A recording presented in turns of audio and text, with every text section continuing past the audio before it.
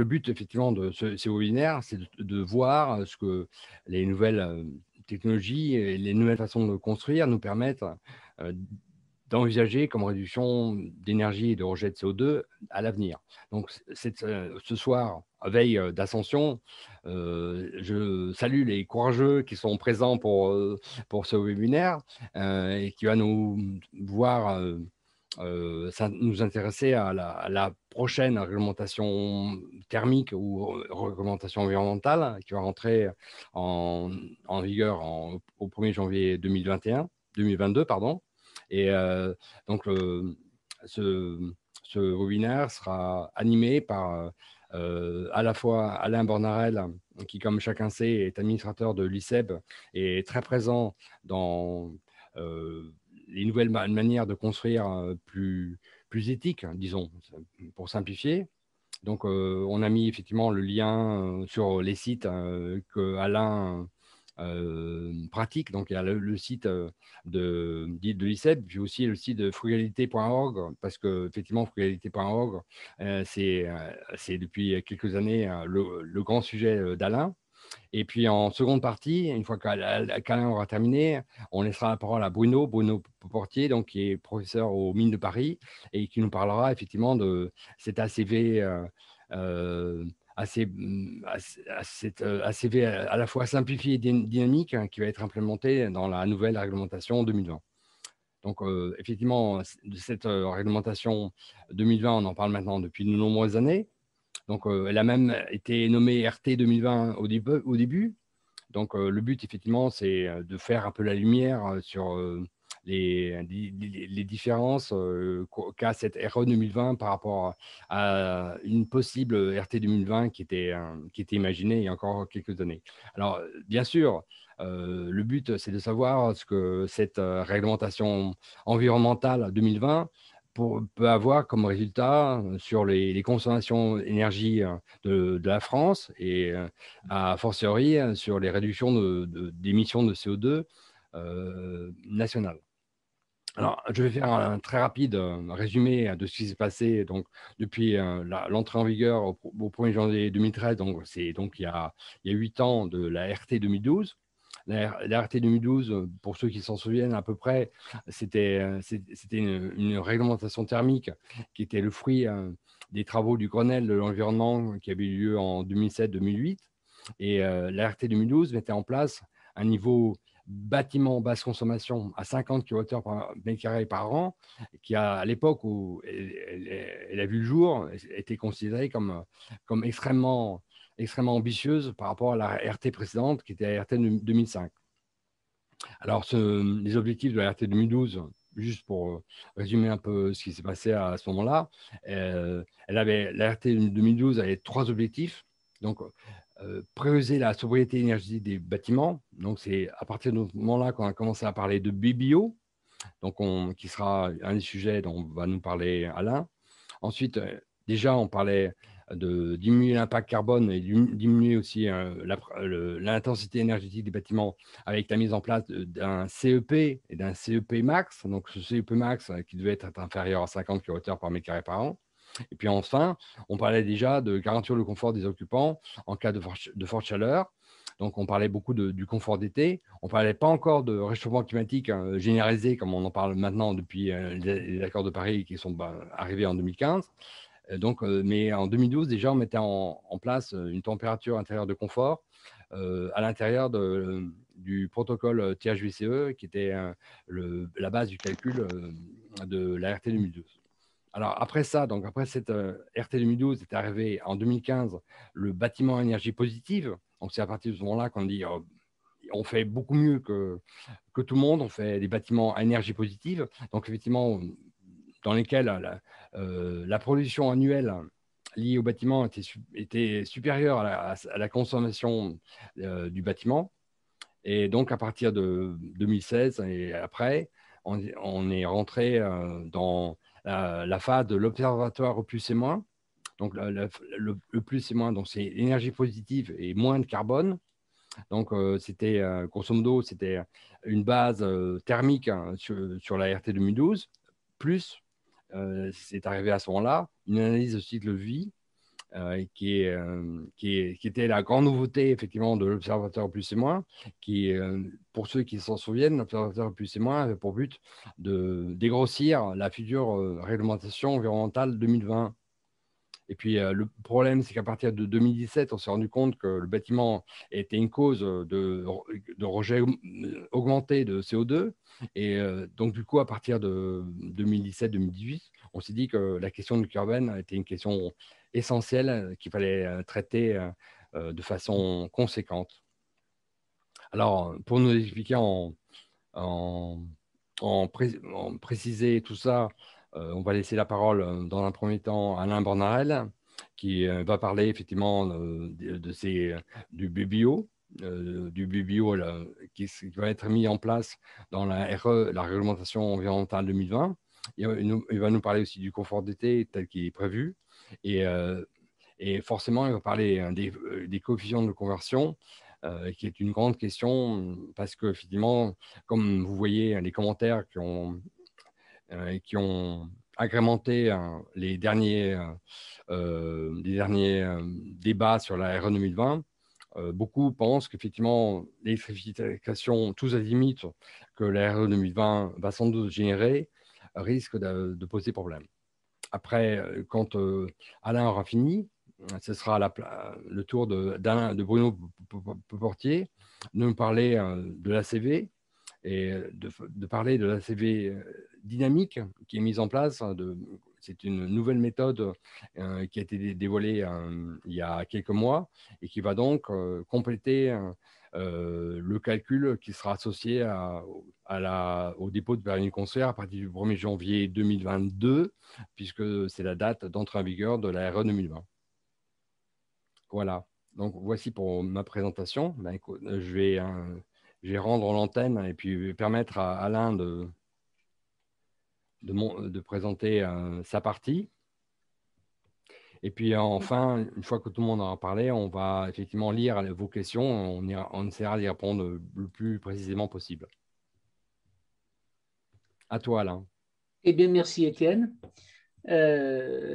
Donc, bonjour à toutes et à tous.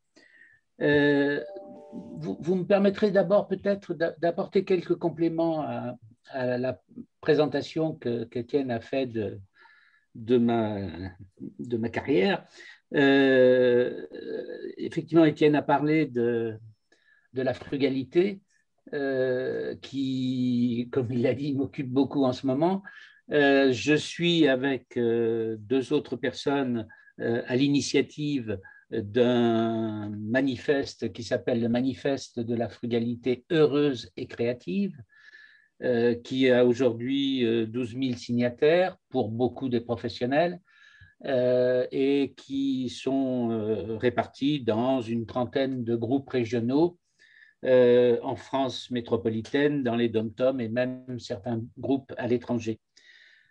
Pour résumer ce qu'est la frugalité, je le résumerai par faire mieux avec moins. Voilà, donc ça vous explique un petit peu d'où je vous parlerai dans la présentation que je vais faire.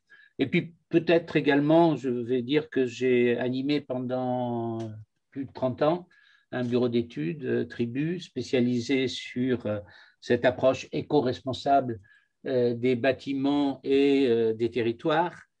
Et c'est aussi en tant que praticien pendant des années des réglementations que j'essaierai d'aborder celle qui nous attend dans quelques années.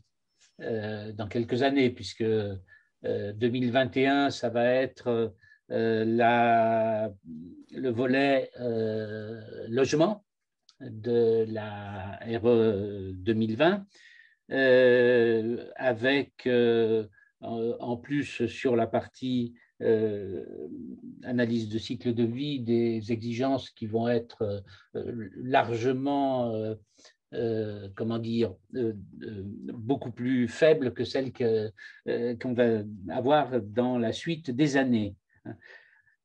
Voilà, donc je peux maintenant revenir au sujet qui nous intéresse aujourd'hui. Et pour commencer, je vais remonter au Grenelle de l'environnement en 2008. Ce Grenelle de l'environnement, c'est quand même la matrice de toute la politique environnementale jusqu'à aujourd'hui. Et du Grenelle, il en est ressorti, entre autres, plein de choses intéressantes. Et je retiendrai, moi, 3 objectifs quant aux standards de bâtiment. Le premier, c'est le BBC, bâtiment basse consommation, qui a été effectivement la base de la RT 2012 et qui, comme le disait Étienne, représentait un gain de à peu près 50% par rapport aux réglementations précédentes. Le deuxième standard, c'est le BPOS, bâtiment à énergie, je serais plus modéré, je dirais presque positive, Nearly Zero Energy, comme disent les anglo-saxons. Donc des bâtiments sur lesquels les besoins énergétiques sont presque couverts par des énergies renouvelables produites sur place. Et puis, il y avait un troisième standard dont on parle beaucoup moins, le BPAS, bâtiment passif, qui était aussi une des initiatives lancées par le Grenelle de l'environnement. Et donc, avec le BPAS, les besoins énergétiques, là, sont couverts autant que possible par des dispositifs passifs. Et on est vraiment là, pour le coup, dans le domaine de la bioclimatique et de la frugalité. Pour concevoir un bâtiment passif, BPAS, il fallait travailler en priorité sur le bâti, isoler, solariser en hiver, se protéger d'un bouclier solaire en été, ventiler et rafraîchir naturellement, etc. Enfin, travailler avec le climat et travailler sur l'enveloppe du bâtiment comme élément filtre entre le climat extérieur et les usages intérieurs. Le BPAS est très vite passé à la trappe. Il n'a pas survécu à quelques années, ce qui n'est pas le cas partout en Europe.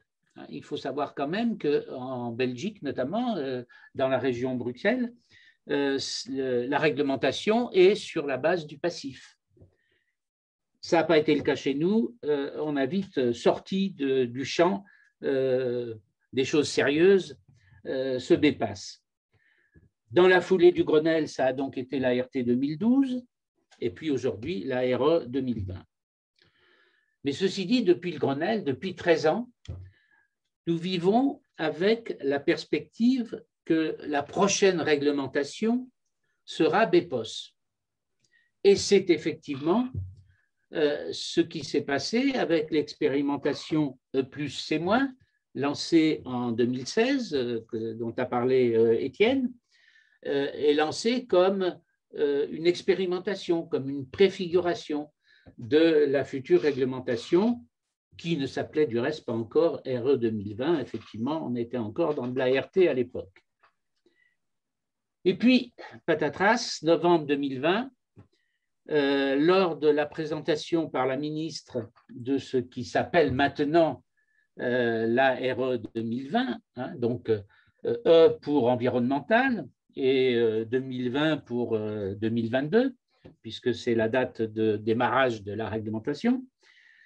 Et puis, avec donc cette présentation de novembre dernier, le BPOS passe à son tour à la trappe au profit d'exigences moins exigeantes, d'objectifs moins exigeants.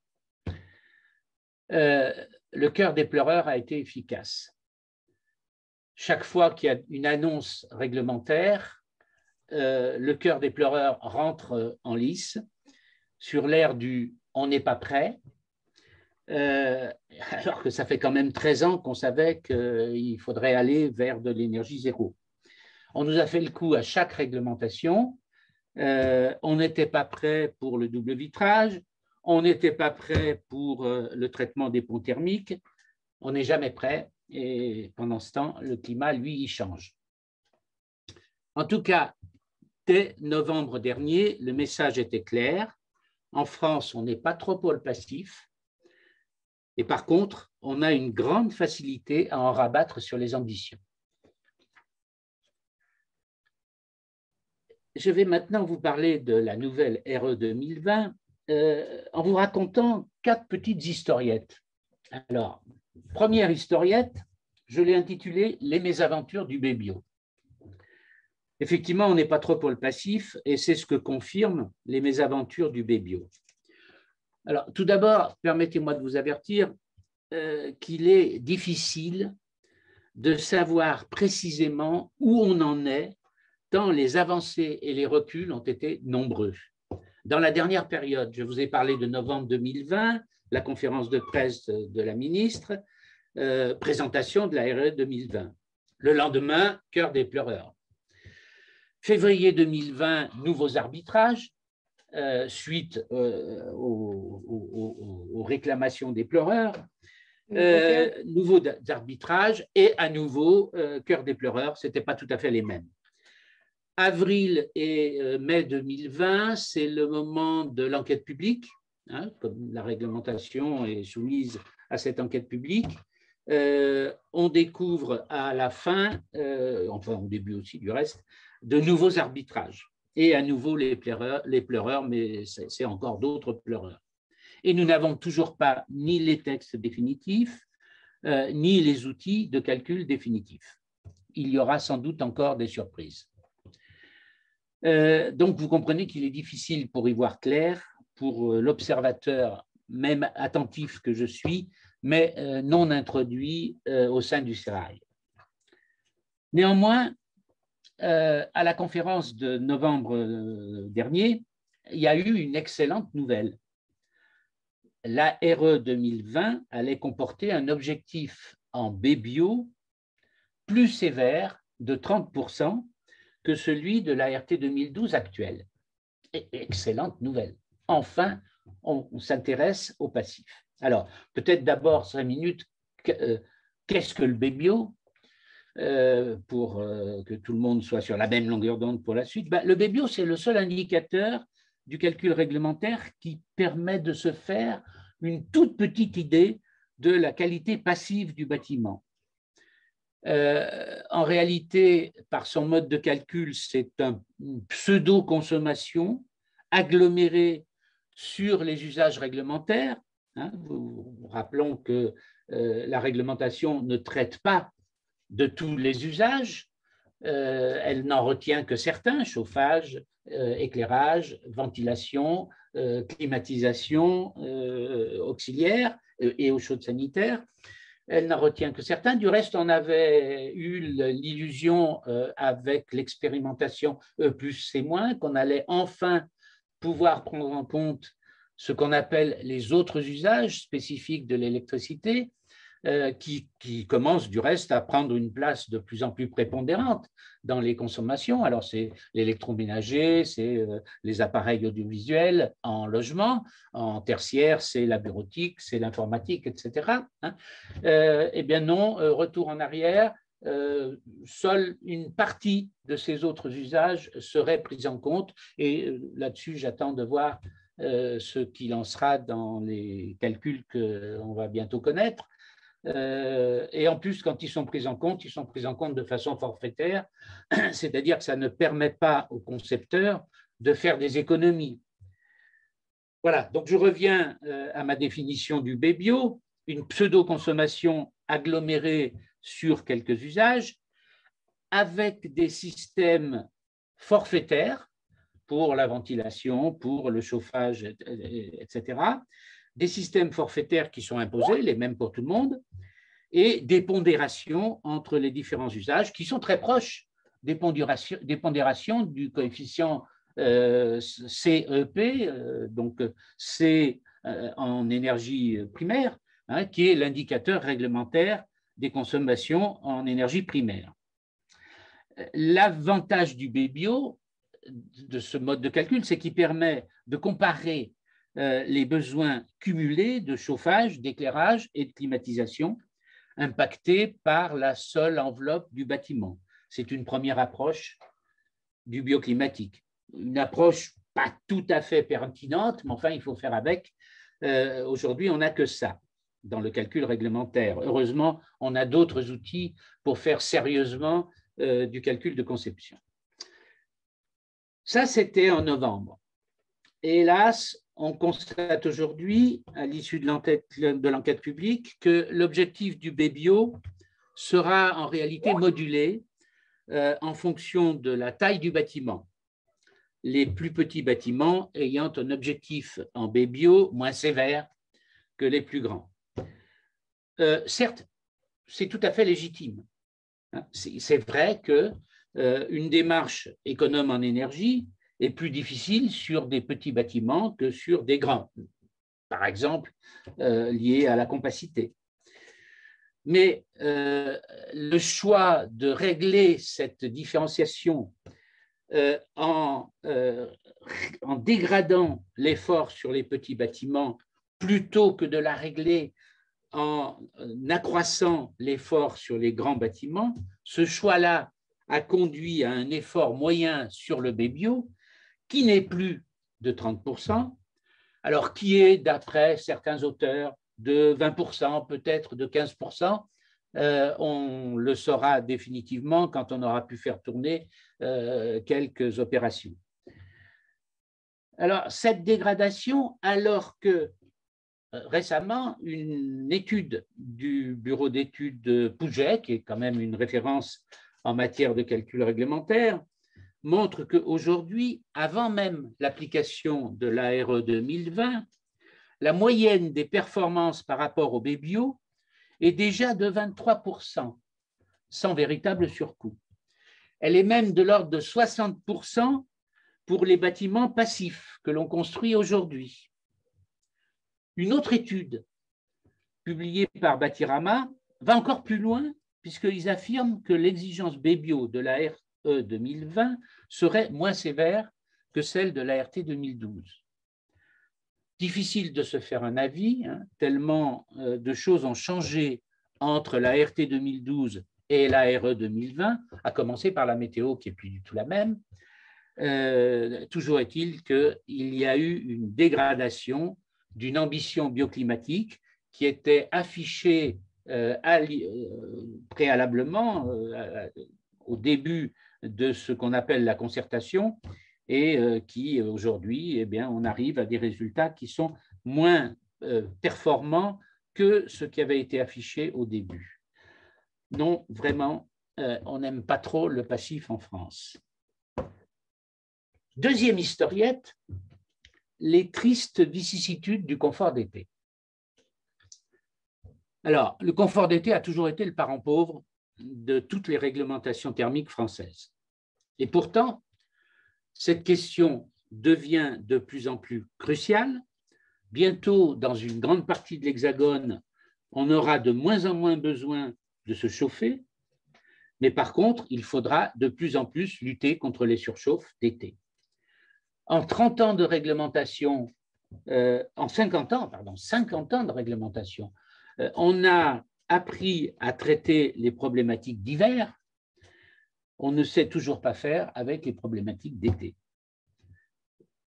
Le confort d'été était jusqu'à présent repéré dans les calculs réglementaires par l'indicateur TIC, le TIC qui a été cité tout à l'heure, température intérieure conventionnelle, un indicateur tellement laxiste qu'il fallait vraiment concevoir un four pour ne pas le respecter. Je n'ai jamais fait une opération qui ne rentrait pas dans le calcul du TIC. On nous annonce pour la RE 2020 un nouvel indicateur de confort d'été, le DH, je crois que c'est son nouveau nom, degré-heure de surchauffe. Pour le calculer, c'est très simple, c'est comme les degrés-heures en hiver, donc on relève chaque heure de la saison d'été de combien de degrés la température d'un local dépasse une consigne, et puis on additionne tout ça sur la saison et on obtient le DH. Intéressant, au premier abord. Sauf que le diable se niche dans les détails, et si on regarde le détail, et si on va chercher le diable, la température de consigne choisie dans la RE 2020 est de 26 degrés la nuit et se situe entre 26 et 28 degrés en journée. entre 26 et 28 degrés selon que la température extérieure vécue les jours précédents est plus ou moins forte. On peut prendre ainsi en compte la capacité du métabolisme humain à s'adapter à des périodes chaudes. C'est génial. Ça correspond effectivement à la réalité du fonctionnement du confort d'été. Voilà une bonne chose. Mais on oublie une autre capacité du métabolisme, celle de se sentir plus confortable en été quand il y a des mouvements d'air. Vous avez tous vécu ça, vous êtes sur une plage, le cagnard brille à fond, il fait une chaleur à crever, vous êtes mal, la brise se lève, vous vous sentez mieux. C'est très simple, c'est le phénomène d'évaporation de la transpiration sur la peau qui crée du rafraîchissement et qui est accéléré par la petite brise qui s'est levée. Eh bien, c'est cet effet brise qui est le principal dispositif pour faire du confort d'été de façon passive. Il est réalisé dans les bâtiments par de la ventilation naturelle ou par des brasseurs d'air plafonniers. Et à la trappe, l'effet brise. Et au lieu de cette modulation en fonction de la vitesse de l'air qui aurait incité à du confort d'été sans climatisation, on a introduit un dispositif aberrant, un dispositif complètement pousse à la clim. En effet, si on dépasse une consigne, la boîte noire du logiciel réglementaire va vous installer automatiquement une climatisation dite fictive. Mais je vous mets la main au feu que les bureaux d'études ne tarderont pas à remplacer cette climatisation fictive par une vraie climatisation. Troisième histoire, le bel avenir de l'indicateur carbone. Alors, en France, on n'aime pas le passif, c'est pourquoi on mise tout sur les systèmes techniques. Chauffage, clim, VMC. Ça, c'est vrai depuis un moment. Ça, tout bon bureau d'études sait très bien comment s'y prendre pour faire passer une opération de logement dans un calcul réglementaire, par exemple en RT 2012. Ce n'est pas la peine de mettre une isolation trop poussée, ce n'est pas la peine de faire de la solarisation, de bien orienter avec les bons vitrages là où il faut, ce n'est pas la peine de traiter tous les ponts thermiques. Une bonne ventilation hygroréglable et ça passe les doigts dans le nez. La ventilation hygroréglable, la ventilation mécanique hygroréglable, c'est le système miracle, le ticket gagnant, la queue du Mickey de la réglementation. Ça ne changera pas beaucoup avec la RE 2020. On a une tendance en France avec nos réglementations, mais dans plein d'autres domaines, à privilégier systématiquement l'approche par les systèmes plutôt que l'approche passive par le travail sur le bâti. Tout miser sur les systèmes, c'est aussi dans l'ADN de la RE 2020. En matière de consommation d'énergie, le moteur est à peu près le même que celui de la RT 2012, à un bémol près qu'avait signalé tout à l'heure Étienne. Les premières réglementations en 1974 puis en 1982 portaient sur l'isolation et sur la bioclimatique. À l'époque, la réglementation était une réglementation, en 1982 notamment, bioclimatique. À partir de 2000, on a vu apparaître des exigences réglementaires portant sur les consommations d'énergie, et voilà qu'arrive le carbone. On est en train de passer d'une réglementation énergie à une réglementation carbone, d'une réglementation monocritère énergie à une réglementation bicritère énergie plus carbone. Alors, c'est clair, c'est vrai, maîtriser les émissions de gaz carbonique et d'autres gaz à effet de serre, c'est tout à fait légitime. Le carbone est le marqueur du changement climatique et donc maîtriser les émissions de carbone, de gaz carbonique, c'est aller dans le sens de la lutte contre le changement climatique. Mais malheureusement, le changement climatique n'est pas la seule maladie de la planète. Il y en a bien d'autres. Et la démarche frugale que je défends est fondamentalement multicritère.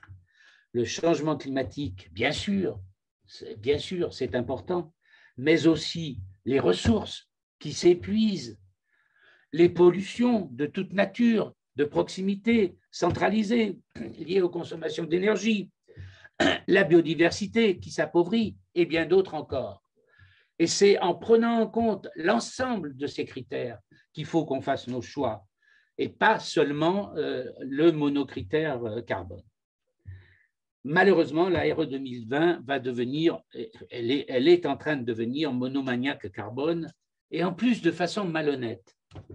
Et ça m'amène à ce qui est pour moi le principal danger de la RE 2020, c'est une réglementation grossièrement pro-nucléaire grâce à un tripatouillage infondé des coefficients de pondération des énergies quand on veut les comparer entre elles sous forme d'énergie primaire. Alors, il y a deux coefficients qu'on a tripatouillés. Il y a d'abord le coefficient qui va transformer l'énergie finale mesurée au compteur en énergie primaire. L'énergie primaire, elle prend en compte toutes les consommations et les pertes de la chaîne amont d'extraction, de transport, de transformation, aboutissant à l'énergie finale utilisable sur le bâtiment. Ce coefficient était de 2,58 jusqu'à l'expérimentation E plus C-. 2,58, ça veut dire que 1 kWh d'électricité finale consomme 2,58 fois plus de ressources énergétiques que 1 kWh de gaz, par exemple. Ce coefficient passe à 2,3 avec la RE 2020, 10% de gagné pour le chauffage électrique. Il y a ensuite le coefficient qui quantifie les émissions de gaz à effet de serre. Pour le chauffage électrique, il était de 210 grammes de CO2 par kilowattheure électrique dans E plus C-, il n'y a pas si longtemps. Il passe à 79 avec la RE 2020. 60% de bonus pour le chauffage électrique. Et pourtant, un consensus s'était longuement établi sur les valeurs précédentes. Consensus balayé sans contestation possible. La justification d'une telle entourloupe est le prétexte de prendre en compte les mix électriques du futur, moins carbonés, et non plus ceux d'aujourd'hui, avec, il faut l'avouer, un grand optimisme divinatoire sur les mix électriques de demain. Après l'hégémonie de la VMC dans les années 80, voici celle de la pompe à chaleur maintenant, et si ce n'est le retour du grille-pain électrique comme dans les années 70. Alors, il faut quand même dire quelques mots du pourquoi de cette énergie nucléaire, électricité nucléaire. Elle a certes un avantage indéniable. Elle est faiblement carbonée. Quoique pas tant que ça quand même. En période de pointe d'hiver, quand les centrales thermiques assurent la pointe, que l'inertie des centrales nucléaires ne permet pas de réaliser, elle n'est pas si carbonée que ça. Et c'est justement à ce moment-là que le chauffage électrique est le plus consommateur. Et demain, dans les pointes d'été, quand les centrales nucléaires devront s'arrêter parce que leurs rejets de refroidissement dans les exutoires sont trop chauds pour être supportés par les exutoires naturels, les fleuves et les mers, dans lesquels ils se déversent. Et c'est à l'occasion de ces pointes d'été que les clims vont pomper le maximum. Et là, il faudra faire appel à de l'énergie qui sera sans doute beaucoup plus carbonée. Mais surtout l'énergie nucléaire a aussi quelques petits inconvénients, quelques risques au niveau des centrales, surtout vieillissantes, quelques problèmes pour stocker les déchets, quelques incertitudes géopolitiques sur l'approvisionnement du combustible, quelques petites difficultés, enfin, pour construire de nouvelles centrales fiables et à des coûts abordables. Le nucléaire peut constituer une bonne énergie de transition, mais pas plus. Or, ce n'est pas le chemin qu'on prend. Sans l'avouer, on a fait le choix du nucléaire comme base de l'avenir énergétique, Demain, on va nous imposer la construction de nouvelles tranches pour ne pas se trouver en pénurie d'énergie. À la trappe, les chaudières gaz, mais à la trappe aussi le développement d'une sérieuse alternative renouvelable. Les financements qu'elle nécessiterait passeront dans le carénage du vieux parc nucléaire et dans la construction de nouvelles tranches. Et puis, quatrième historiette, la divine surprise des matériaux biosourcés. Je terminerai par cet aspect-là, qui est pour moi l'aspect largement positif de la RE 2020. Celle-ci introduit enfin une approche sur le cycle de vie qui va permettre de prendre en compte les impacts des phases situées en amont du chantier. Pendant des années, ces impacts étaient faibles devant ceux des consommations du bâtiment en fonctionnement.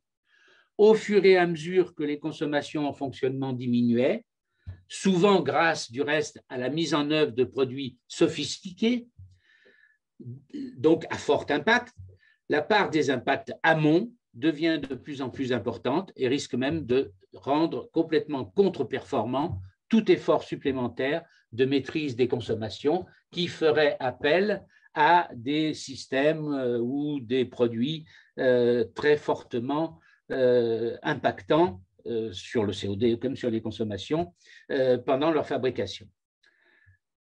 Pour ce faire, la RE 2020 introduit un nouvel indicateur, le carbone, sur tout le cycle de vie. Et c'est le mode de calcul de ce nouvel indicateur carbone sur les phases amont. Et ben, c'est tout à fait logique. Il est très favorable aux matériaux biosourcés qui stockent du carbone pendant leur croissance. Et ça, c'est une excellente chose, de mon point de vue, car ça va nous permettre de sortir du tout béton, lourdement handicapé par la forte consommation énergétique de la fabrication du ciment, tellement handicapé du reste que lors des derniers arbitrages, le bilan carbone des fondations et parkings souterrains n'est quasiment plus pris en compte. Excusez-moi, voilà. N'est quasiment plus pris en compte. Il plombait complètement les bâtiments en milieu urbain. Mais encore une fois, l'approche monocritère carbone de cette analyse de cycle de vie est très restrictive. Quand je choisis un matériau, ce n'est pas uniquement pour son impact carbone. Quand je choisis un matériau, c'est aussi pour économiser des ressources épuisables. Et je vais chercher des matériaux évidemment biosourcés renouvelables, mais aussi des matériaux géosourcés, la terre crue, la pierre, à grands gisements de proximité de mon chantier, ou encore, et de plus en plus, des matériaux de seconde vie en réemploi. Mais je peux aussi choisir des matériaux pour favoriser les filières économiques de proximité, pour préserver des savoir-faire qui sont en train de se perdre, pour être sûr de ne laisser aucun impact quand il va falloir, dans le futur, faire disparaître le bâtiment et le déconstruire. Tout ça ne se lit pas dans l'approche carbone. Ça ne serait pas grave si la réglementation n'était qu'un outil de vérification administrative. Mais vu sa lourdeur et sa complexité, elle est bien plus que ça aujourd'hui. Elle est utilisée par la plupart des bureaux d'études comme un outil de conception, un outil bien opaque et bien pauvre. Je vous remercie. À toi, Étienne, à toi, Bruno. Merci. Donc, bonsoir à toutes et à tous. Alors, je vais essayer de partager mon écran pour présenter. J'espère que vous voyez ma présentation. Oui. C'est bon. Alors, on y va. Donc, moi, je vais vous parler d'analyse de cycle de vie et comment elle est appliquée donc, dans cette future réglementation. Alors, pourquoi l'analyse de cycle de vie? C'est vrai qu'il y a un certain nombre d'acteurs qui vont découvrir cette méthode lors de la parution des futurs décrets. Mais en fait, c'est une longue histoire. Bon, c'est une méthode qui a été d'abord créée pour l'industrie, pour les emballages, par exemple, dans les années 70. Et il y a eu une première application dans le bâtiment dès les années 80, donc en Suisse, qui a montré l'importance de l'énergie grise dans le cas de bâtiments performants. Alors en France, on s'y est mis plus tard. On a été, je crois, les premiers en France à appliquer cette méthode, grâce d'ailleurs à des contacts avec Niklaus Kohler donc de Suisse, et une première thèse en 1995. Et on a très vite montré l'intérêt d'associer cette méthode à la simulation thermique pour prendre en compte pas seulement la fabrication des produits de construction, mais aussi l'énergie de manière assez précise pour prendre en compte donc à la fois les impacts de fabrication et puis les impacts durant l'exploitation des bâtiments et les consommations d'énergie. Donc avec cette approche multicritère, qui n'intègre pas que le CO2, mais aussi les ressources, la toxicité, la biodiversité. Alors à l'époque, les gens un petit peu dans le sérail, comme disait Alain, on dit que ce n'était pas la bonne méthode, il fallait faire de la HQE avec 14 cibles, mais finalement, bon, vu la rigueur de ces outils d'analyse de cycle de vie, ils ont fini par s'imposer au niveau international. Et donc, même l'association HQE a été un petit peu obligée de s'y mettre en créant HQE Performance. Voilà. Alors, l'objectif de l'analyse de cycle de vie, c'est d'éviter le déplacement de pollution dans le temps, c'est-à-dire sur l'ensemble de cycle de vie, où effectivement, il s'agit d'éviter d'économiser l'énergie, mais au détriment de l'étape de fabrication des produits, par exemple, donc de prendre en compte l'ensemble des étapes, mais aussi d'éviter le déplacement dans l'espace. C'est-à-dire qu'on pourrait se dire, je mets des convecteurs électriques, c'est moins polluant qu'une chaudière qui va émettre des polluants dans le bâtiment. Oui, mais on pollue ailleurs que dans le bâtiment pour produire l'électricité. Et donc, il s'agit d'étendre les frontières du système que l'on étudie.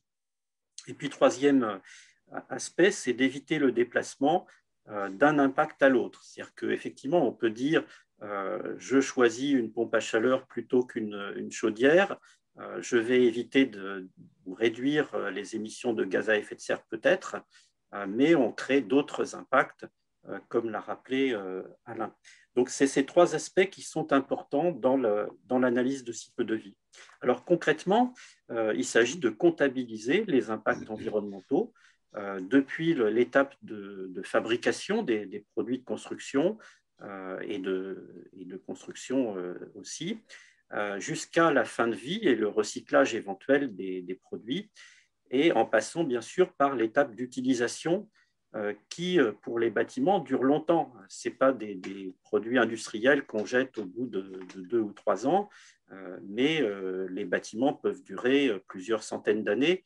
Je ne parle pas des pyramides qui ont 4000 ans, mais la plupart des bâtiments durent plusieurs dizaines, voire centaines d'années. Et donc, cette étape d'utilisation va être importante pour les aspects donc, de chauffage, de climatisation, de consommation d'eau, d'électricité, éventuellement, si on les prend en compte, les déchets ménagers, les transports quotidiens, éventuellement aussi l'alimentation qui commence à apparaître aussi dans les bilans que l'on peut faire au niveau des quartiers. Puis il va falloir remplacer des équipements, des fenêtres, etc. Alors, comment tout ça est appliqué dans la future réglementation? Bon, déjà, la future réglementation considère une durée de vie de 50 ans. Alors, ça peut sembler beaucoup, mais en fait, les structures, on les construit pour durer 200 ans dans la réglementation sur le béton, par exemple, et même les maisons en bois, on en a visité en Suède, qui durent depuis plusieurs centaines d'années si elles sont bien entretenues. Donc, cette faible durée de vie, ça va sous-estimer la part de l'utilisation par rapport aux autres étapes. Ensuite, dans le scénario réglementaire, on se chauffe entre 16 et 19 degrés dans les logements. Dans la réalité, on est plutôt à 21 degrés. Donc là aussi, on sous-estime ce qui va être consommé pour le chauffage. La ventilation, c'est pareil, on sous-estime les débits au détriment de la qualité de l'air. Et puis donc, comme Alain l'a dit, ces équivalences en énergie primaire et en CO2 qui sont basées sur des prévisions futures qui sont très optimistes. Et dernier élément, le plus récent, donc de juillet dernier, cet ACV dynamique simplifié qui réduit l'impact des émissions futures. Je vais l'expliquer un peu plus en détail par la suite. Alors, ACV dynamique, il y a longtemps qu'on dit qu'il faut faire ça. C'est comme la simulation thermique dynamique par rapport au calcul annuel qu'on avait avant, qui est plus précise et qui permet aussi d'évaluer le niveau de confort. Donc, il y a longtemps qu'on prône, nous, l'ACV dynamique, mais il s'agit d'une vraie dynamique horaire, au moins, ou voire des pas de temps encore inférieurs. Et là, ça n'est pas le cas. C'est-à-dire que si on fait du dynamique horaire, on s'aperçoit que les émissions de CO2, ce n'est pas une moyenne constante à 79 grammes. C'est quelque chose qui varie entre 40 et 200 grammes, ça dépend ensuite des années. Mais on voit, quand on fait cette analyse en dynamique, que les émissions sont supérieures en hiver qu'en été. Et donc, le chauffage a un impact plus important que la moyenne. Alors, pour réaliser ces évaluations avec des vrais ACV dynamiques, on a un modèle de système électrique qui permet à chaque heure de pouvoir déterminer quels sont les moyens de production. Ce que donne RTE, donc le réseau de transport de l'électricité, ce sont des années réelles, passées, ce qui s'est passé en 2012, en 2013, etc., jusqu'en 2020. Mais l'année type réglementaire ne correspond pas à une année réelle. Donc, il faut avoir un modèle pour reconstituer un mix de production qui corresponde à cette année type. Alors ensuite, on a ce qui se passe dans les 50 ou 100 prochaines années. Et là, ça introduit une notion très importante pour les scientifiques, c'est les incertitudes. Et donc, lorsqu'on fait cette analyse-là, on s'aperçoit que c'est très difficile de prévoir ce qui va vraiment se passer parce que ça va dépendre du prix de la tonne de CO2, ça va dépendre de l'effort que l'on fait sur la rénovation du parc existant pour gérer les pointes et que les émissions pour le chauffage, elles peuvent varier entre moins de 50 et plus de 400 grammes de CO2 par kilowattheure. Donc, la valeur de 79, elle est plutôt dans la fourchette basse et selon le rapport de RTE, elle correspond à une hypothèse de rénovation efficace du parc existant. Or, ça, c'est loin d'être le cas, d'autant plus qu'on va supprimer toutes les chaudières à fioul très rapidement, puis toutes les chaudières à gaz, et que du coup, on va générer des pointes gigantesques de demande. Mais effectivement, c'est sans doute un des objectifs de ces réglementations, puisque, je vous le rappelle, l'État est quasiment propriétaire à 100% du parc nucléaire, et donc il a intérêt à valoriser ce parc, bien évidemment. Alors, c'est pareil pour l'équivalence en énergie primaire, ça correspond, ces 2,3 kWh dont parlait Alain, à une forte progression des énergies renouvelables, mais là encore, quand on voit la difficulté que l'on a à installer une éolienne en France, qui est une installation classée pour la protection de l'environnement comme si c'était une usine très polluante, eh bien, là aussi, on peut craindre qu'on n'arrive pas vraiment à cet objectif, surtout si on augmente de manière très importante la consommation d'électricité. Donc, beaucoup d'incertitudes. Alors, comment les bureaux d'études voient le futur et la tendance? C'est intéressant. J'ai eu récemment un exposé par un bureau d'études qui me présentait ce graphe où on voit sur les 50 ans de durée de vie supposée d'un bâtiment la part des produits de construction en brun et puis la part de l'utilisation, de l'exploitation avec une pompe à chaleur en vert. Et sur ce graphe, il nous disait que, vous voyez maintenant, l'utilisation d'un bâtiment, c'est quasiment rien dans le bilan CO2, c'est surtout les produits de construction qui sont importants. Alors, il y a une grosse erreur dans ce graphe, déjà, c'est que vous voyez là, au temps zéro, les 400 kg de CO2 par mètre carré, ça c'est simplement pour construire le bâtiment. Or, il a fait la surface brune comme si chaque année, on devait redépenser ce 400, c'est-à-dire que comme si on reconstruisait le bâtiment chaque année. Donc, ça augmente évidemment énormément l'image que l'on a de la contribution des produits. Vous voyez que l'utilisation, on a l'impression que c'est plus du tout ça qu'il faut travailler. Et si on fait une véritable ACV dynamique correctement, bien on s'aperçoit au contraire, vous voyez, c'est le graphe tout à fait à droite de ma diapo, où la barre verte, cette fois-ci, eh bien, elle est vraiment très prépondérante, en fait. Donc, on a une vision totalement différente de la part de l'utilisation par rapport aux produits. Alors, il y a d'autres aspects qui expliquent ces différences. Si je prends le calcul plus C-, qui était censé donc préfigurer la future réglementation, il donne à peu près 30%, entre 30 et 40% d'importance à l'étape d'utilisation. Mais si j'augmente la durée de vie du bâtiment, ben, je vais augmenter cette part de l'utilisation. Si je prends un mix de chauffage qui correspond plus à une moyenne sur les incertitudes que je vous ai montrées, eh bien, on augmente encore la part de l'utilisation. Si je me chauffe à une température de 21 degrés, alors bien sûr, ce n'est pas de la sobriété, mais malheureusement, c'est ce qu'on constate souvent. Là, j'ai encore une part plus importante de l'utilisation. Puis si j'ai une qualité de l'air avec un renouvellement d'air plus important, j'ai encore plus d'importance de l'étape d'utilisation. Donc, il faut faire attention à l'interprétation de ces étapes du cycle de vie. Alors, dernière innovation, donc cet aspect dynamique simplifié. Alors, c'est très trompeur l'aspect dynamique parce que je vous l'ai montré, avec un coefficient constant, on n'est pas du tout dans l'ACV dynamique. Il faudrait faire un calcul heure par heure pour faire de la vraie ACV dynamique. Donc, c'est un terme qui est extrêmement trompeur. Alors, ce qui est vrai, c'est que le groupe intergouvernemental d'experts sur le changement climatique définit des indicateurs qui dépendent d'un horizon temporel. C'est-à-dire que comme il y a des gaz à effet de serre qui se décomposent plus vite que d'autres, eh bien, pour obtenir des équivalents CO2, il faut intégrer le forçage radiatif sur un certain horizon de temps. Et si, par exemple, le méthane se décompose plus vite que le CO2, eh bien, l'équivalent CO2 du méthane sera plus petit si on intègre sur 100 ans, puisqu'il va se décomposer davantage que le CO2. Mais c'est un horizon temporel glissant, c'est-à-dire que l'effet d'une émission de gaz à effet de serre est intégrée sur les 100 années suivantes, donc elle ne dépend pas de la date de l'émission.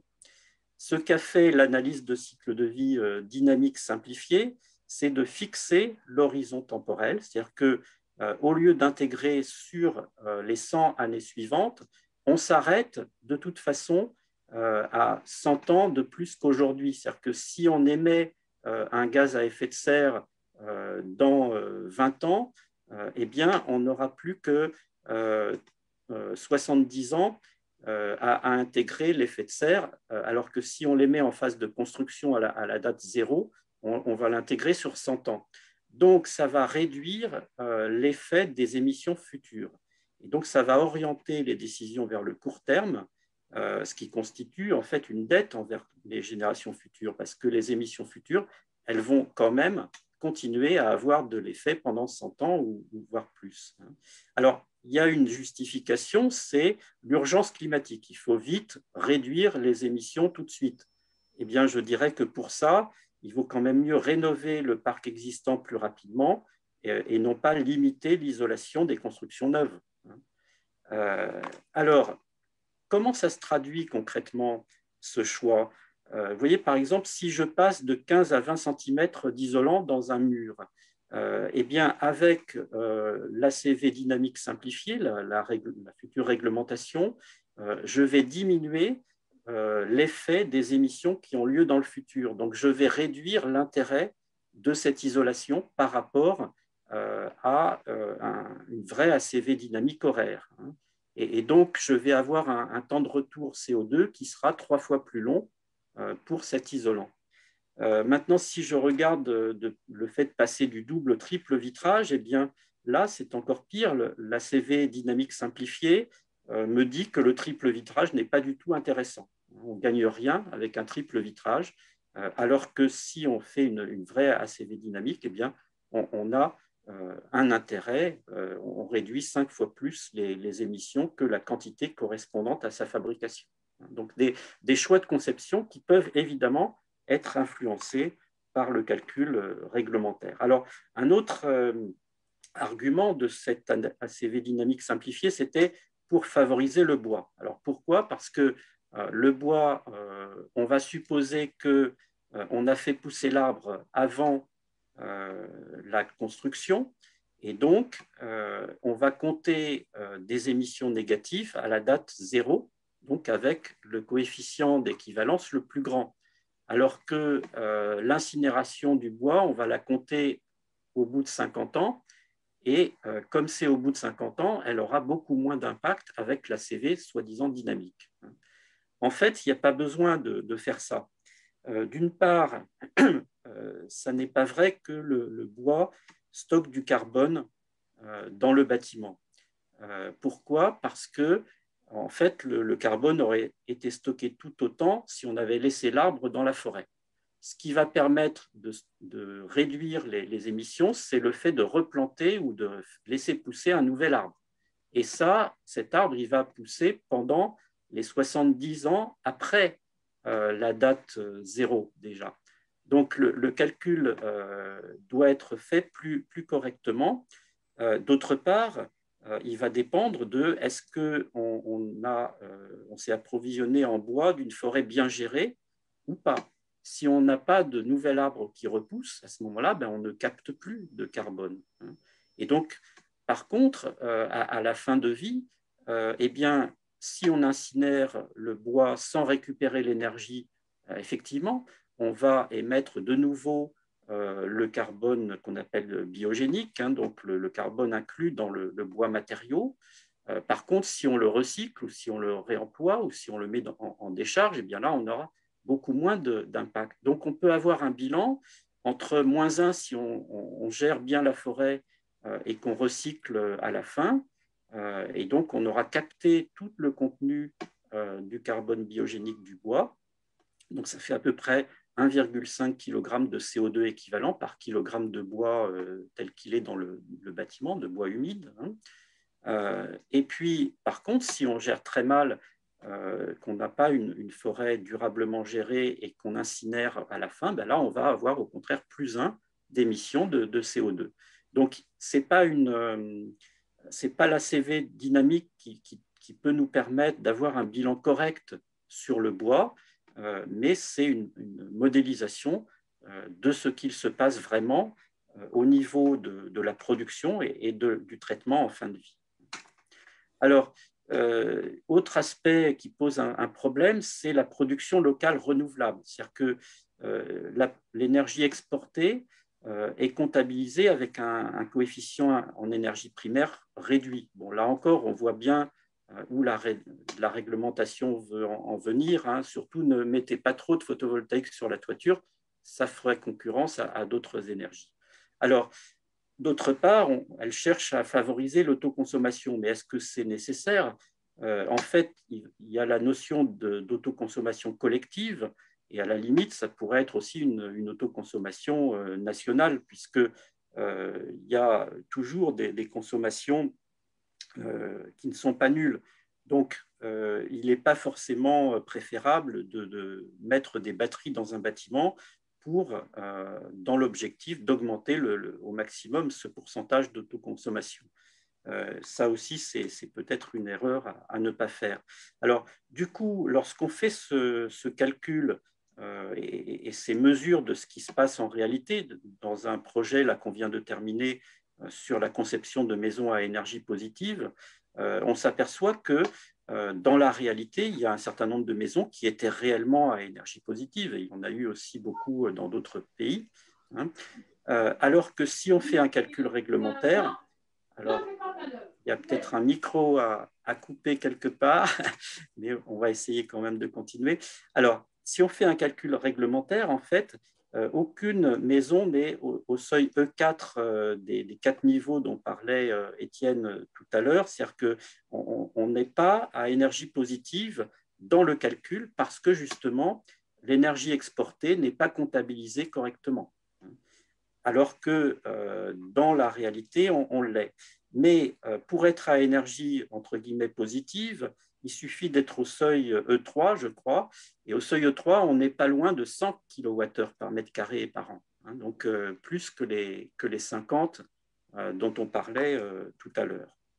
Alors, autre indicateur problématique dans la future réglementation, c'est l'indicateur de gaz à effet de serre pour les composants. Donc, c'est la contribution des produits de construction.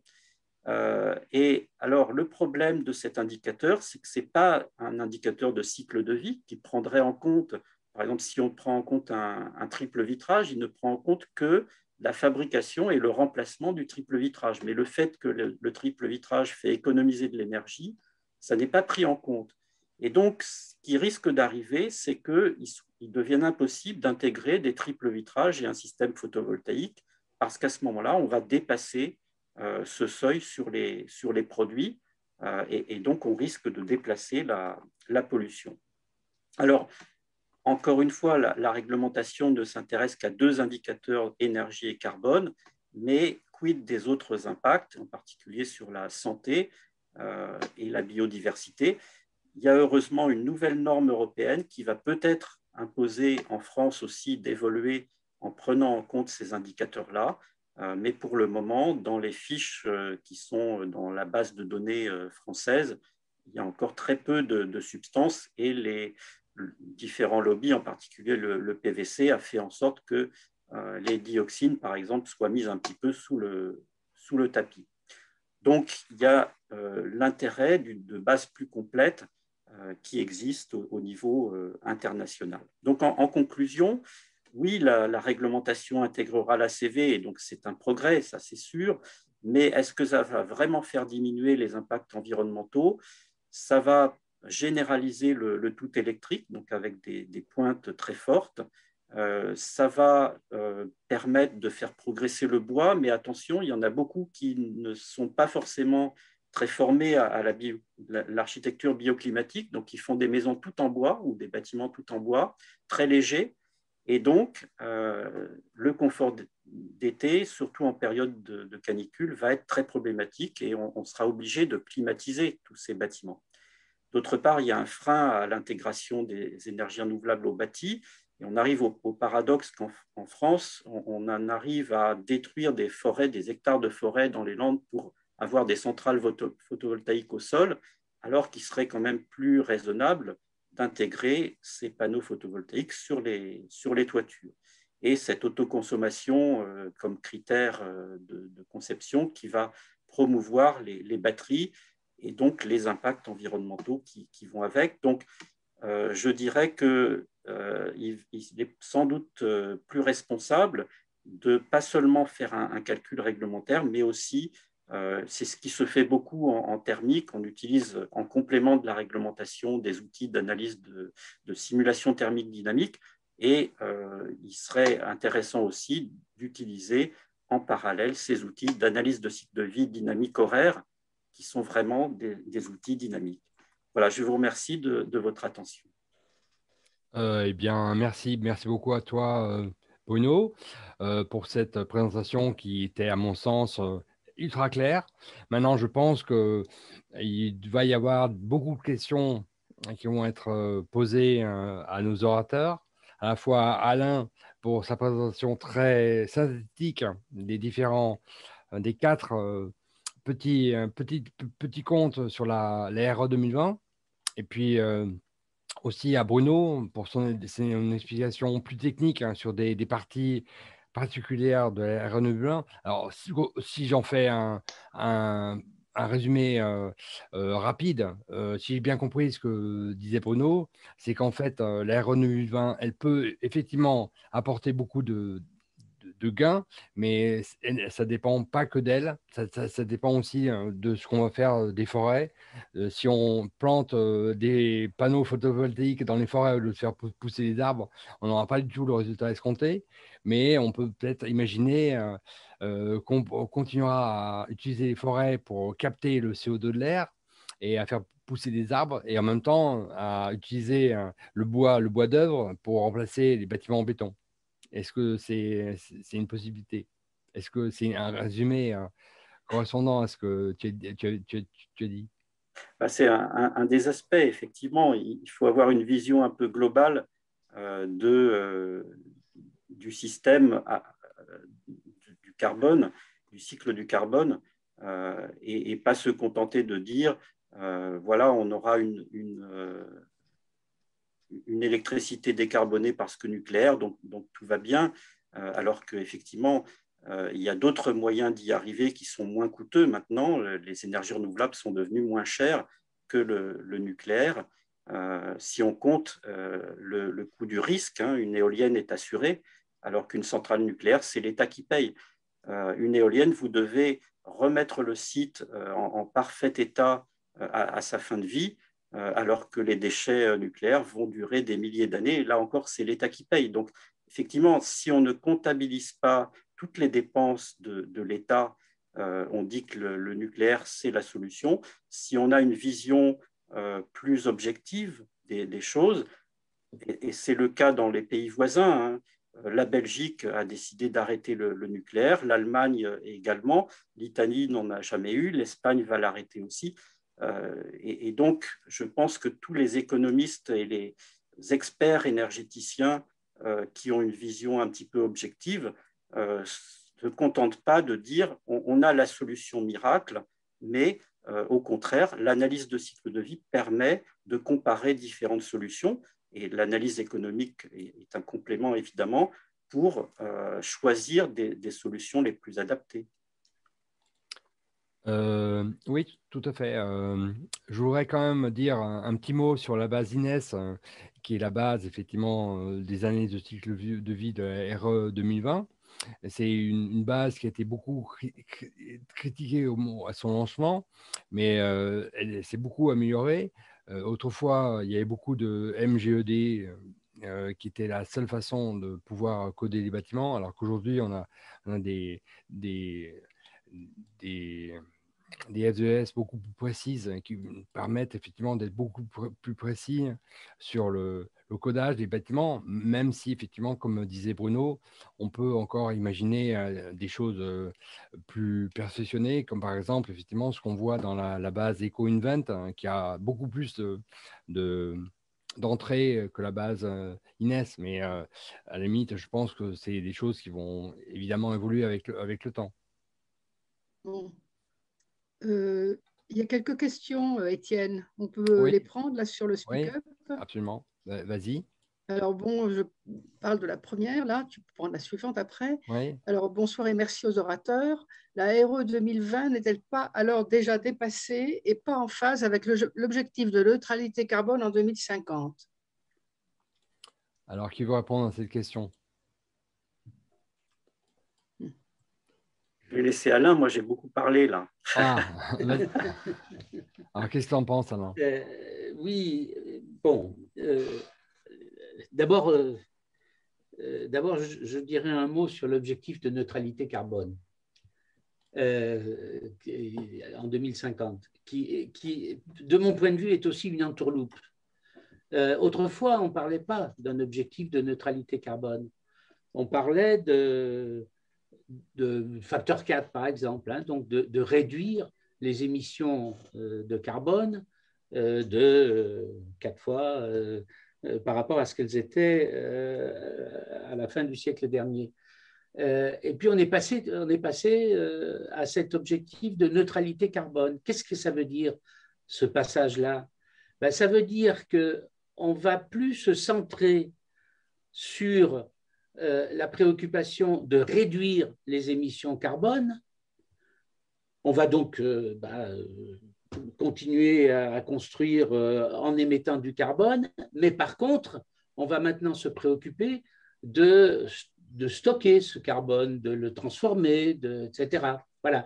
Et donc, je pense que c'est un coup de frein qui a été donné aux efforts pour réduire les émissions de carbone et donc les consommations d'énergie.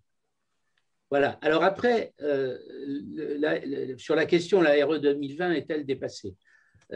D'abord, quand même, je pense qu'il faut qu'on rappelle ce qu'est un calcul réglementaire. Hein. Un calcul réglementaire, c'est ce que j'appellerais la voiture balai. c'est-à-dire c'est le niveau en dessous duquel personne ne doit être. Mais c'est loin d'être le niveau qu'il faut attendre. Donc déjà, ce que j'espère, c'est que au moment où la RE 2020 sera opérationnelle, en début de l'année prochaine, les bâtiments qui vont être construits sont des bâtiments qui seront déjà à un niveau supérieur à la RE 2020. Du reste, quand tout à l'heure je disais que le bureau d'études Puget avait défini que le gain par rapport au bio se situait aux alentours de 22-23%, ça veut bien dire que d'ores et déjà, par rapport à la réglementation RT 2012, les bâtiments qui sont construits sont meilleurs que la réglementation. Donc, il ne faut pas oublier cette notion de voiture-balai. Alors après, quelle va être l'efficacité réelle quantifiée de la RE 2020 ? Je peux dire des choses qualitatives aujourd'hui sur les grandes masses. Quantitatives, j'attends vraiment de pouvoir tester sur des opérations parce que comme je le disais, beaucoup de choses ont changé depuis la RT 2012. J'ai parlé de la météo, mais la surface de référence a changé aussi. Donc, il y a plein de choses qui ont changé et qui font qu'il est difficile aujourd'hui, avant d'avoir des tests en nombre important sur différentes opérations, de dire quelle sera l'efficacité réelle quantitative de la RE 2020. D'accord. Oui, je pense que c'est actuellement la seule position qu'on peut avoir, parce qu'effectivement, il y a tellement de choses qui impliquent le développement de la RE 2020, ne fût-ce que le fait qu'actuellement, il y a énormément de permis de construire qui sont déposés sur la RT 2012, histoire que les promoteurs n'aient pas à construire l'année prochaine en fonction de la RE 2020. Donc, c'est comme à chaque fois, en fait, une nouvelle réglementation thermique, avant d'avoir un impact réel sur la construction des bâtiments neufs, il faudra attendre 1 an ou 2. Mais cela dit, ce qui est intéressant à voir en ce moment, c'est l'évolution des fabricants.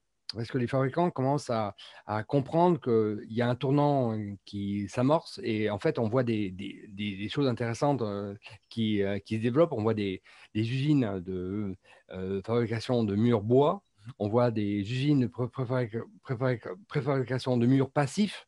Donc, il y a une usine qui va s'ouvrir d'ici quelques mois, qui va produire dans le nord de la France des murs passifs. Donc, le BPAS, il n'est pas tellement oublié. En fait, les fabricants s'en souviennent beaucoup plus que peut-être que les producteurs, que les architectes, ou enfin que les constructeurs. Donc, voilà, il y a quand même des choses intéressantes qui bougent. Ce qu'on voit aussi, c'est qu'il y a beaucoup de fabricants maintenant qui s'orientent vers le bois, vers la production d'enveloppes en bois. Alors, effectivement, il y a le risque qu'on voit des choses un peu trop légères se construire, mais il y a aussi, malgré tout, beaucoup de constructeurs de murs bois massifs, donc ce qu'on appelle du CLT, hein, du bois, donc alors, de mémoire, du laminate timber, hein, donc on peut peut-être expliquer ça comme étant du super gros contreplaqué et qui permettent de faire des murs porteurs et de construire des bâtiments allant jusqu'à 30 étages. Donc le bois, effectivement, du coup, malgré les imperfections de la RE 2020, est en train de prendre des parts importantes de construction. Et ça va être en plus, je pense, amplifié par le fait que maintenant, effectivement, il va y avoir beaucoup plus d'efforts. Alors, ça, c'est quelque chose dont on n'a pas du tout parlé, mais le Green Deal européen va obliger, pour mémoire, donc la Commission européenne s'est engagée à réduire de 55% les rejets de CO2 à l'horizon 2040. Donc ça, c'est des efforts massifs. Je ne sais pas trop comment ça va pouvoir se faire, mais je pense que ça va forcément avoir des impacts sur le bâtiment, le bâtiment aussi le bâtiment français. Oui, mais alors tu vois, c'est pas parce que tu mets 20 cm d'épaisseur de Ouais. bois que tu vas stocker de l'énergie ou que tu vas avoir un bâtiment bioclimatique. Ça suffit pas. Il faut mettre un peu de terre crue par-dessus des latis de bois ou compléter avec des planchers lourds, etc. C'est Alors sûr. sinon, il y avait une question sur les réseaux de chaleur aussi. Ça m'inquiète aussi, cette histoire des 79 grammes de CO2 par kilowattheure de chauffage, parce que les réseaux de chaleur, même s'ils comportent des énergies renouvelables, en fait, il faut mettre quand même un appoint parce que vous ne pouvez pas avoir 100% de géothermie ou de chaufferie bois parce que ce ne serait pas rentable pour quelques jours très froids d'avoir une énorme production renouvelable. Et donc, c'est pour ça que ce choix d'avoir un coefficient très, très favorable à l'électricité peut aussi nuire à cet objectif de pénétration des renouvelables dans les réseaux de chaleur. Je voudrais rajouter 2 remarques sur la question du bois. La première, c'est que Bruno a justement dit que disons, l'intérêt du bois dépendait de la façon dont était gérée la forêt. Et je pense que la tendance actuelle qui consiste à aller vers les circuits courts, y compris pour les matériaux du bâtiment, facilite les choses de ce point de vue-là. Hein, je connais pas mal d'opérations sur lesquelles l'équipe de maîtrise d'œuvre, voire le maître d'ouvrage dans les petites communes rurales, s'est préoccupé bien en amont de repérer les bois qu'ils allaient utiliser et de travailler avec l'exploitant de la forêt pour que effectivement ça puisse se renouveler derrière. Hein, c'est-à-dire qu'il y a du coup une intervention en direct des équipes d'une opération de bâtiment, maître d'ouvrage et maîtrise d'œuvre, sur cette fourniture de matériaux. C'est un intérêt, je crois, de ces circuits courts. La deuxième remarque, c'est qu'on ne construit pas en bois comme on construit dans un autre matériau et qu'il va falloir apprendre à construire en bois. Et effectivement, aujourd'hui, pour des questions de confort d'été, on a besoin d'inertie. Donc, même avec les bâtiments tout bois, il faut aller trouver de l'inertie et on peut toujours trouver de l'inertie. On en met un petit peu dans les murs, on peut en mettre un peu dans le sol, on peut avoir des noyaux, on peut avoir… Enfin bref, il y a plein de façons de régler cette question-là. Mais on ne peut pas envisager aujourd'hui une construction sans regarder comment elle va se comporter en été. De la même façon, sur le bois, cette fois-ci plutôt en position extérieure, eh bien, il y a un certain nombre de techniques à connaître qui font que le bois vieillira plus ou moins bien. C'est la même chose pour la terre, etc. C'est-à-dire qu'on est aujourd'hui dans une période, je pense, de métamorphose complète de nos standards de bâtiments. Hein, et donc, il y a une nouvelle architecture, il y a une nouvelle conception de ces bâtiments à réinventer, adapter à ces nouveaux matériaux. De la même façon qu'à l'apparition du béton, on a commencé à construire en béton comme on construisait précédemment en bois. Et puis, petit à petit, on a repéré les qualités spécifiques du béton ce qui ont induit une architecture spécifique. On est à ce tournant-là aujourd'hui pour les matériaux biosourcés. Merci. Je vais prendre une autre question que je trouve assez pertinente parce qu'effectivement, on n'en a pas parlé, mais il y a eu beaucoup d'interventions des syndicats du gaz naturel qui se sont très clairement positionnés contre la RE 2020. Donc, la question qui demande si l'interdiction du gaz naturel ne conduira-t-il pas à une croissance considérable de l'électrique, c'est-à-dire le renouvelable n'était pas à la hauteur à la construction de nombreuses centrales nucléaires. Et donc, ce que les gaziers ont beaucoup reproché à cette RE 2020, contrairement à la RE 2012, il avait beaucoup favorisé. Mais aujourd'hui, ce que Engie et autres reprochent à la RE de 2020, c'est qu'effectivement, on ne prend pas du tout en compte le biométhane, qui pourrait pourtant être une alternative intéressante. Alors, on a la chance en France d'avoir deux réseaux existants. On a un réseau électrique, on a un réseau gaz.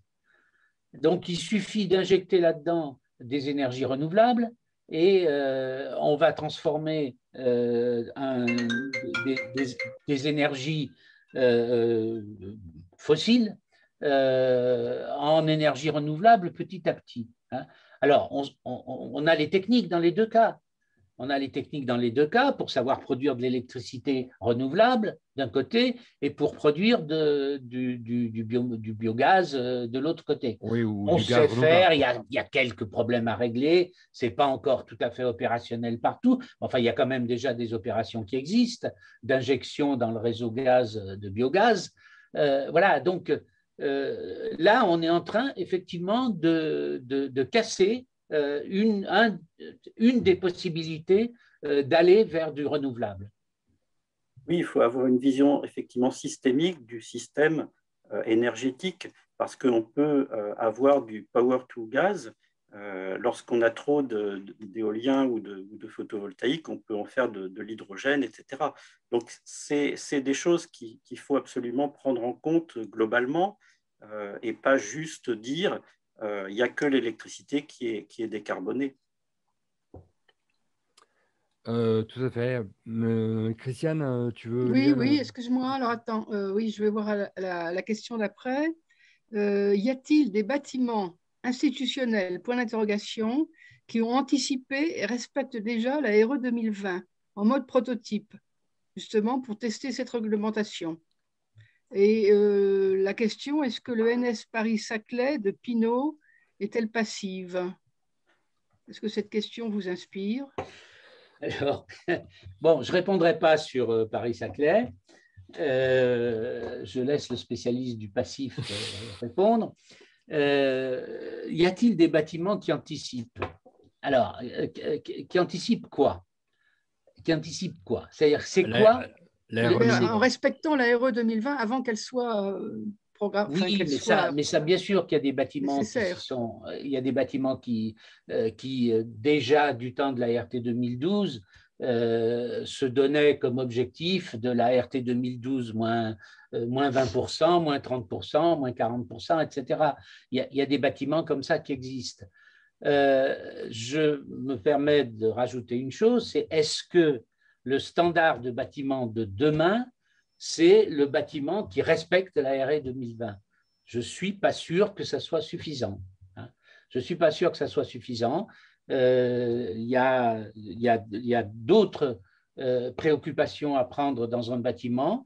C'est cette approche multicritère dont je parlais tout à l'heure, hein, qui consiste à regarder pas seulement la question du carbone ou de l'énergie, et ça, la RE 2020 sait très bien le faire, mais de regarder aussi les questions des ressources, hein, et du coup, le choix des matériaux sur critères de maîtrise des ressources ne passe pas automatiquement par le respect de la RE 2020. Je prendrai un autre critère qu'on a commencé à aborder dans les discussions, là, qui est celui de la santé. Hein.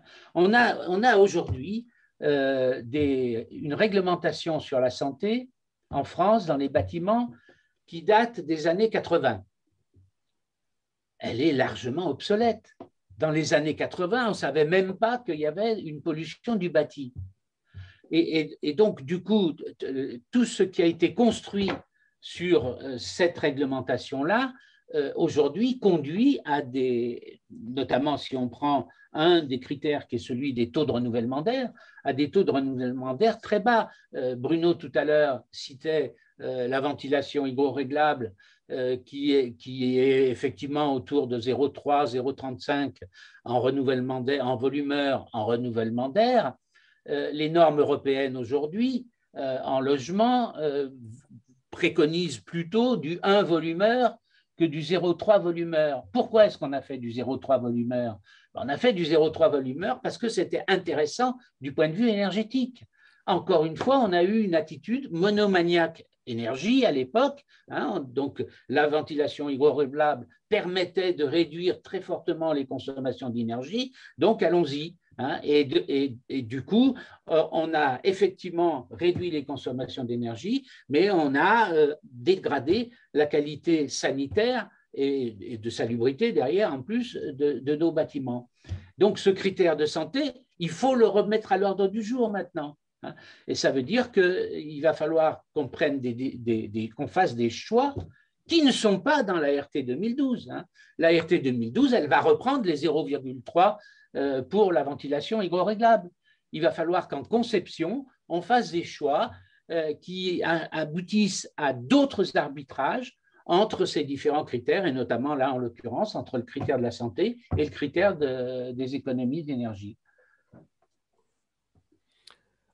Oui, Bono, est-ce que tu veux dire un mot sur le NS Saclay? Ah non, non, non, Non. c'est la concurrence. D'accord. Donc, on passe à la question suivante. La question suivante donc, demande, pourriez-vous nous expliquer en quoi le calcul du facteur d'émission de 79 grammes de CO2 par kWh se base sur une vision prospective, alors qu'il est précisé par l'ADEME que la méthode se base sur une moyenne mensualisée par usage qui a été retenue par les pouvoirs publics pour déterminer le facteur d'émission pour l'usage du chauffage. Elle aboutit à la valeur de 79 grammes de CO2 par kWh calculée sur l'année 2017. Alors c'est une prospective parce qu'en fait, on rajoute 5 TWh de consommation de chauffage. Et donc, ça, c'est une étude de RTE qui l'explique. Et on regarde comment ces 5 TWh, dans un horizon assez proche, vont être produits. Et donc, le passé, c'est une vision sur la prospective de qu'est-ce qui se passerait si on rajoutait 5 TWh de plus de chauffage. Ce n'est pas la méthode mensuelle précédente, c'est une méthode qui est appelée incrémentale. On rajoute une consommation supplémentaire.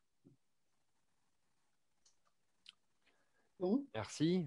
On passe à la question suivante. Oui, vas-y. Pourquoi mettre un coefficient énergie primaire puisque l'électricité sera de plus en plus décarbonée? Pourquoi ne pas utiliser la biomasse pour se chauffer avec des réseaux de chaleur plutôt que d'acheter du gaz à Gazprom? Oui, ben ça, j'ai répondu tout à l'heure à ces deux-là, mais je peux recommencer, oui. Mais on va peut-être passer à une autre. Bon. Alors, attendez, la forêt française, même bien gérée, sera-t-elle capable de produire le surcroît de bois et de biomasse, chauffage par granule de bois, nécessaire? Oui, alors ça, c'est une question tout à fait pertinente. C'est-à-dire que si on regarde, là encore, c'est la question des moyennes. C'est comme la moyenne annuelle du taux d'émission de CO2. En moyenne, tout va bien. La forêt française elle se porte très bien. Le problème, c'est qu'en fait, il n'y en a qu'un tiers qui est vraiment exploité, qui est la forêt publique. Les 2 tiers, c'est des petits propriétaires.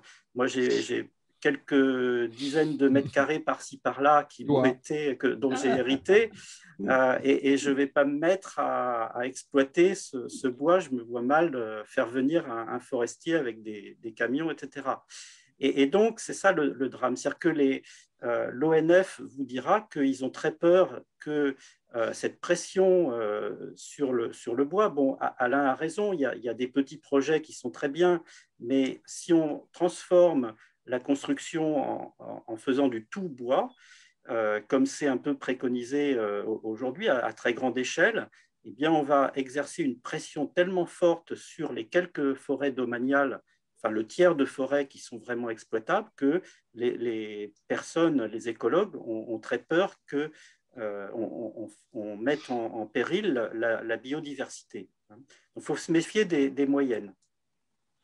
Alors, on peut dire aussi qu'actuellement, il y a une hausse extrêmement forte du bois d'œuvre qui a commencé il y a 2 mois. Et actuellement, le bois d'œuvre, le marché du bois d'œuvre est en surchauffe complète parce qu'effectivement, le bois français est acheté par les États-Unis et par la Chine, qui ont des besoins effectivement de grosses quantités de bois que la forêt française peut encore fournir, mais ça aboutit à des hausses du bois d'œuvre considérables. Actuellement, on parle de 20%. Moi, je rajouterais plusieurs choses. D'abord, pour moi, le problème, il n'est pas tellement dans dans l'immédiat en tout cas, dans la capacité de production de la forêt française, il est beaucoup dans la capacité de transformation qu'on a en France. On a en Île-de-France une production de bois qui est conséquente. On n'a quasiment pas d'installations qui permettent de scierie, de transformation, etc., qui permettent cette transformation sur place. Et c'est pour ça, du reste, qu'une bonne partie de la production française part à l'étranger pour être transformée à l'étranger, et puis elle nous revient après en produit fini. Ça, c'était la première remarque. La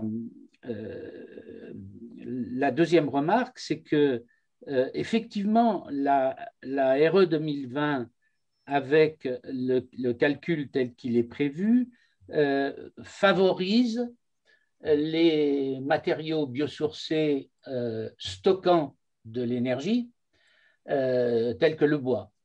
Mais il n'y a pas que le bois comme matériau.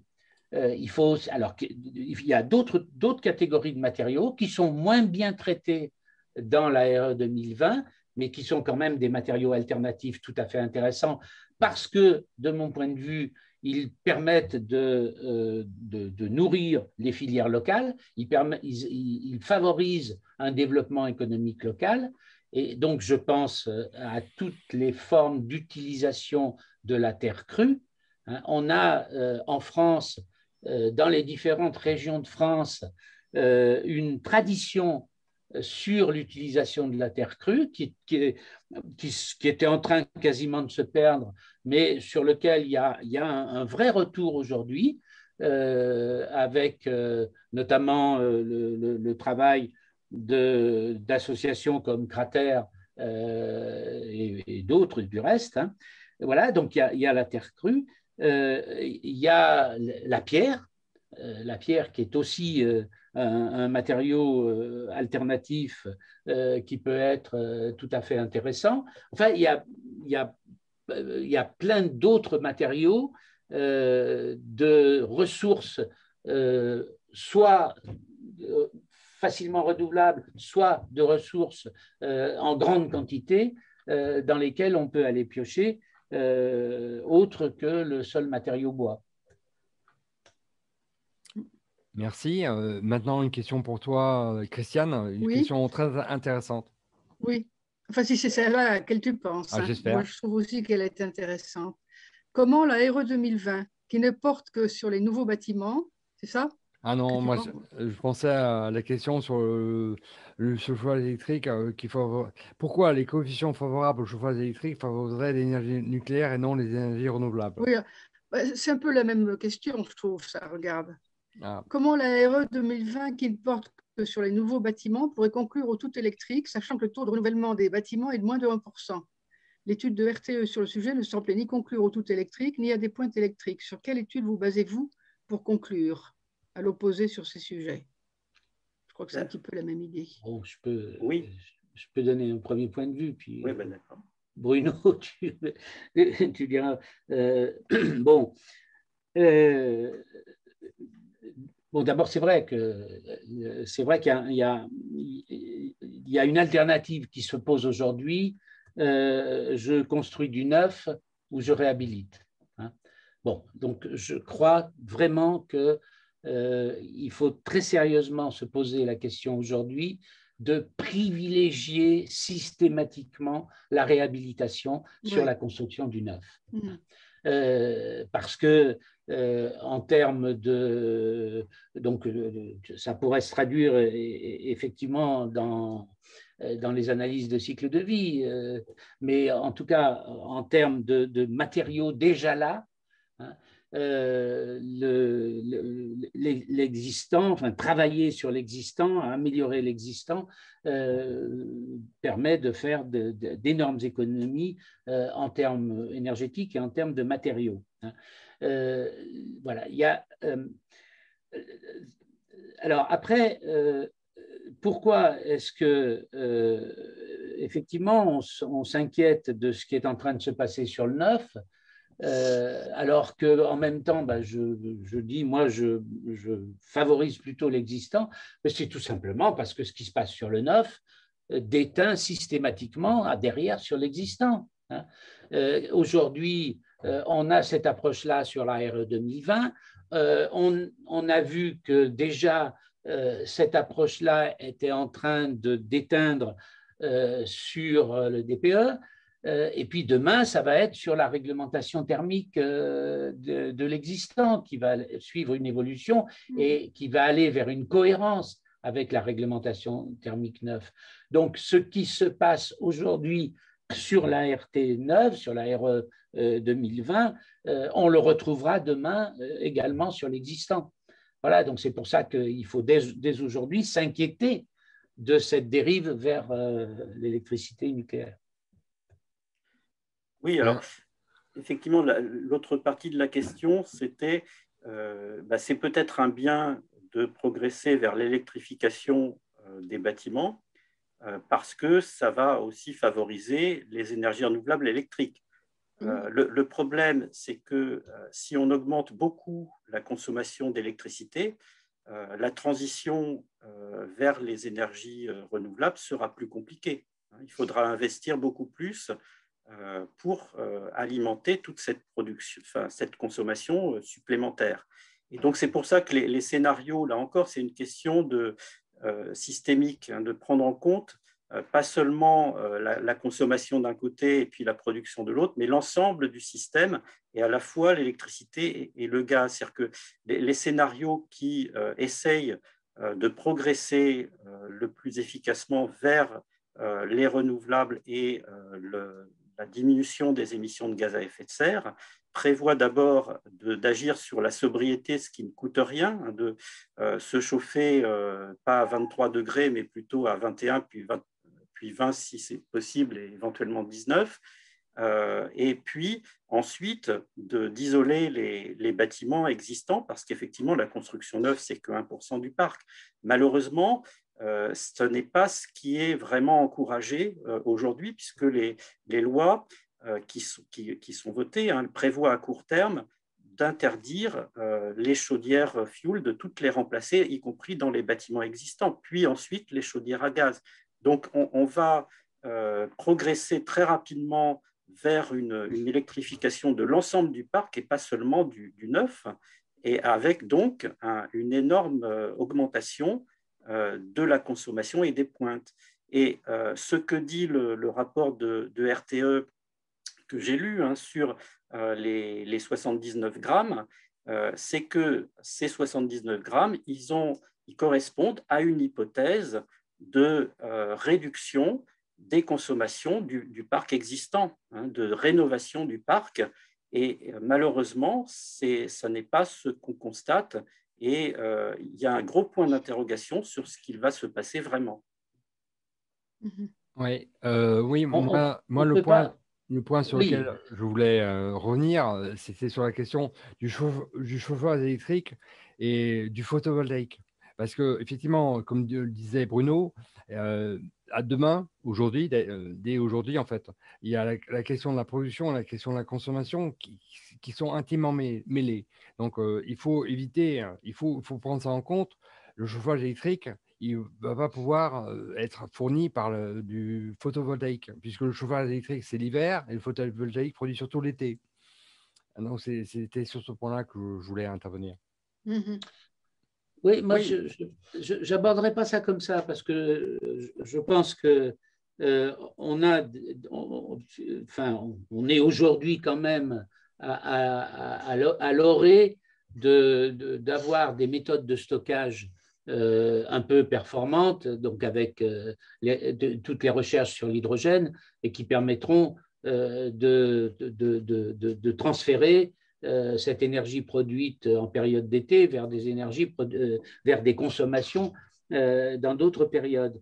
Je pense que le problème, il vient plutôt du fait qu'on ne va pas pouvoir tout financer. Et le fric qu'on va mettre pour financer la mise à niveau des centrales nucléaires, parce que l'opération du grand carénage, là, il va bien, si on continue comme c'est aujourd'hui, à inciter à de la consommation électrique, eh bien, il va bien falloir prolonger encore d'un certain temps les centrales existantes, et c'est un coût énorme. On se rend compte aujourd'hui, avec les quelques malheureux exemples qu'on a, du coût phénoménal de construction des nouvelles centrales nucléaires. Donc, si on fait le choix de l'électricité nucléaire, on ne va pas faire en même temps un choix suffisamment cohérent sur les énergies renouvelables. Il y a un problème de disponibilité des investissements. On peut imaginer un mix optimum. Il ne faut pas dire renouvelable contre nucléaire. C'est ce qu'il faut faire, Oui. Mais ça veut dire qu'il faut considérer l'énergie nucléaire comme une énergie de transition qui va permettre d'aller vers les énergies renouvelables, c'est-à-dire d'avoir un réseau électrique qui soit alimenté le plus possible par des énergies renouvelables, à une période dans un délai X que je ne chiffrerai pas, quoi, hein. Et donc, en attendant, effectivement, c'est le nucléaire qui peut assurer la transition, mais on ne va pas vers ça du tout aujourd'hui. On ne va pas vers ça du tout. Alors, maintenant, une question qui est, à mon avis, qui nous sort de la question nucléaire. La question, c'est est-ce que ce sera une politique de label ou une politique d'interdiction?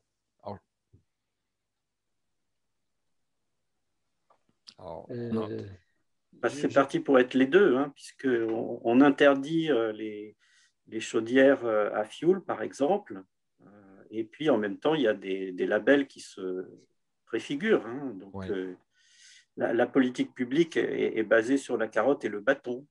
Voilà. Est-ce que vous avez une idée de l'échéance de l'interdiction des chaudières à fioul? Je crois que c'est, alors je ne me rappelle plus, c'est dans la loi sur la, je ne sais plus, c'est dans la transition énergétique. C'est ça, oui. Je crois que c'est vraiment à court terme, c'est peut-être 5 ans. Oui, c'est ça.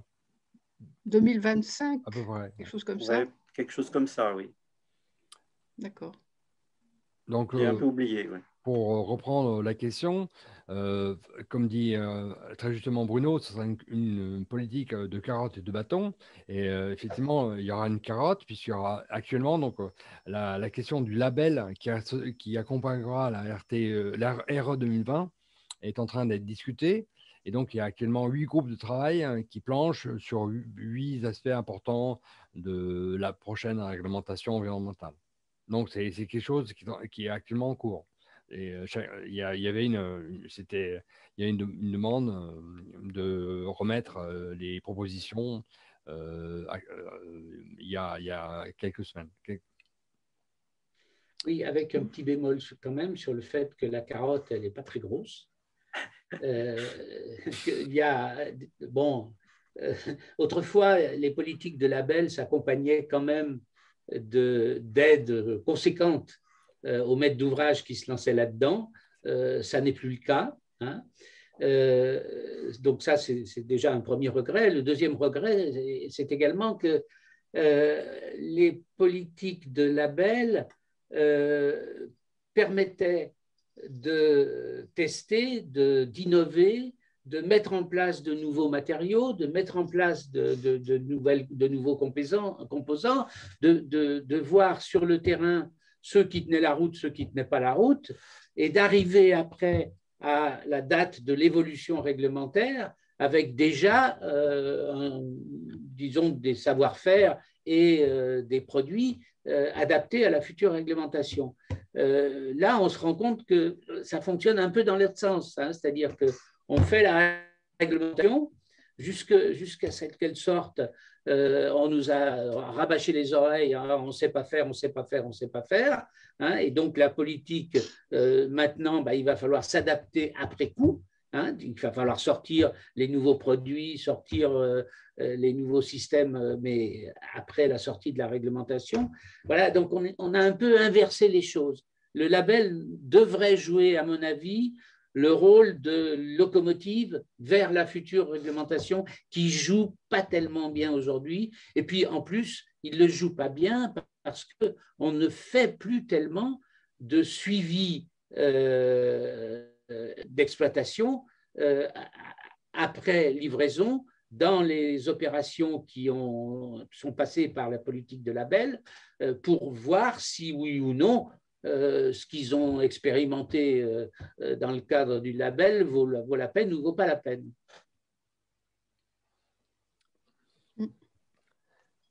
Oui, alors est-ce qu'on arrive à peu près à la fin des questions, des questions Alors, on avait souhaité que la DHUP participe ce soir à ce débat sur la RE 2020. Bon, ils n'ont pas répondu à notre invitation, donc effectivement, c'est un peu dommage parce qu'il y a eu beaucoup de critiques, mais effectivement, on n'a pas eu le côté de la défense qui aurait été intéressant à entendre. Voilà, donc. Étienne, je veux juste faire une remarque que sur la question des matériaux biosourcés, la DHUP a eu une position très positive. Elle a tiré dans ce sens-là, et ça, c'est une bonne chose. Par contre, effectivement, sur d'autres questions, et donc notamment sur la question des coefficients et la question de la place de l'électricité, pour être gentil, je dirais que la DHUP s'est vue imposer des positions par en haut. Voilà, je crois qu'on arrive à la fin de ce webinaire.